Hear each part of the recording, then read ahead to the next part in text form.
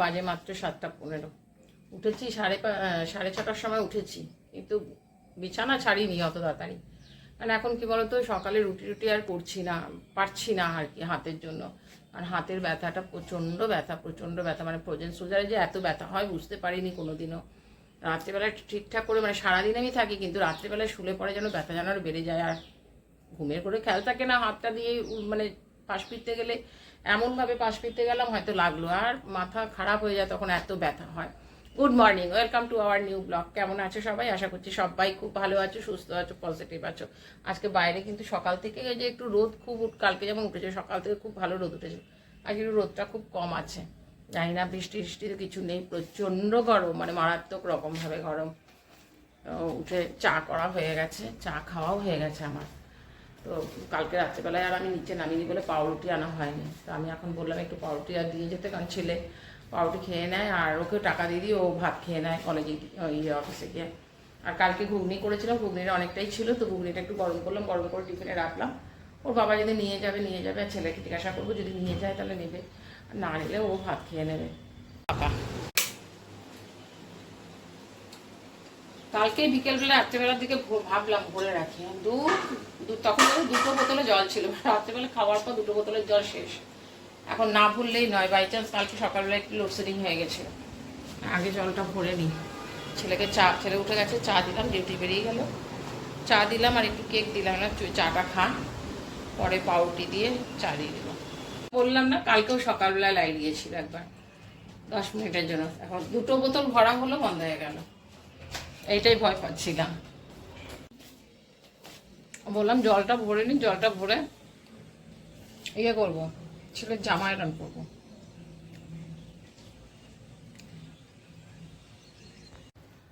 এতক্ষণে লাইট এলো, ছেলেকে তো চা গরম করতে পারিনি, ঠান্ডা চাতেই আমি দিয়ে দিয়েছিলাম যে খেয়ে নে।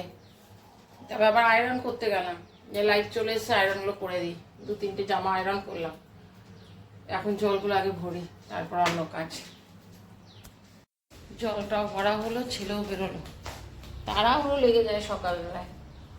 আয়রনটা কালকে রাত্রিবেলায় ভেবেছিলাম যে করে রেখে দেবো, আর মানে খাওয়া দাওয়ার পর বাসন টাসন মাজার পর আর ইচ্ছে করে না যে তখন আবার আয়রন করি।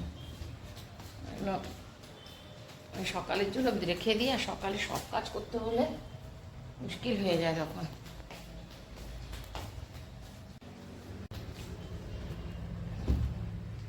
রয়েছে ভাজ করি এবার, যদিও কাজ করতে ইচ্ছে করে, বিকেলের পর আর একদম ইচ্ছে করে না যে কোনো কিছু করি।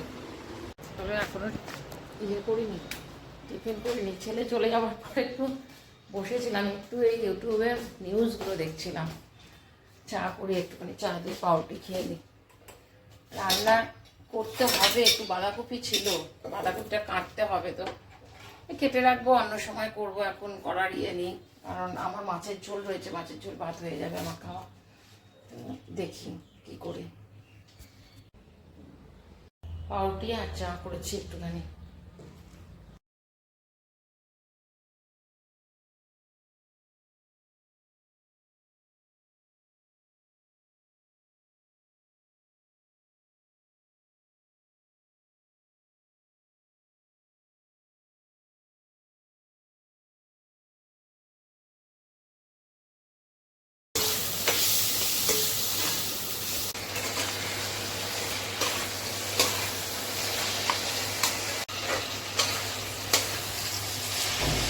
এবারে করে নিলাম, নিয়ে ছেলেটা এনে আগে একটু করে নিলাম, কারণ একটু জল জল থাকে, তো ওইটাকে একটুখানি শুকিয়ে নিলাম ওখানে। ওটা হয়ে গেছে, আর এটাতে মাথাটা দিয়ে মেরে নিচ্ছি একটু। সব কিছু আছে বলে গ্যাস ছাড়া অনেক চলে যায় আমার। ভাজা কুমড়ো আর আলু দিয়ে একটু পেঁয়াজ দিয়ে ভেজেছি, আর এটা ছেলের জন্য করেছে।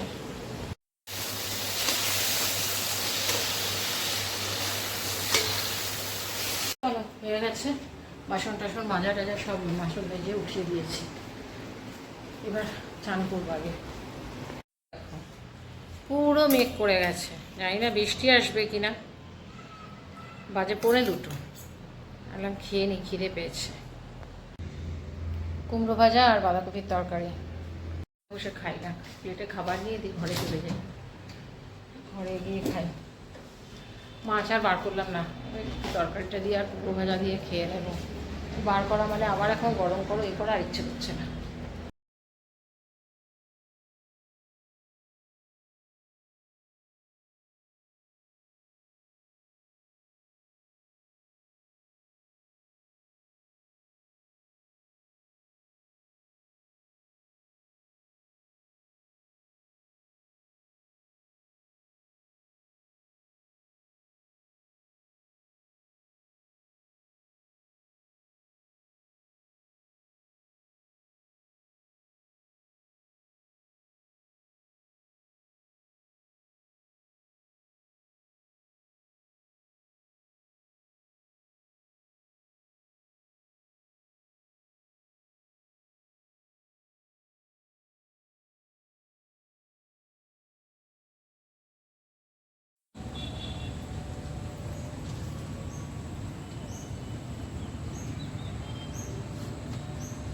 বাজে 6:30, 6টার সময় ছেলে ফোন করলো, বলছে ছুটি হয়ে গেছে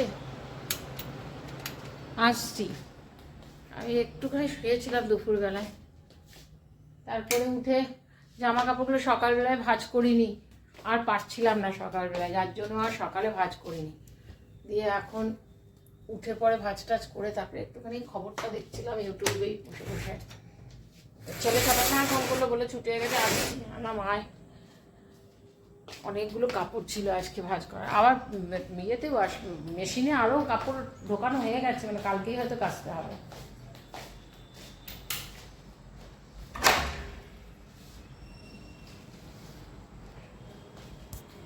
চলো চা বসাই আগে, এসেই বলবে চা করো।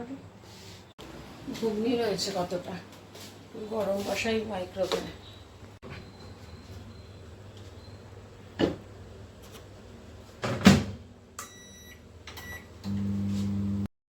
করেছিলাম ঘুগনিটা, খেয়েছিলাম একটুখানি খেয়েছিলাম, খুব ঝাল হয়েছিল।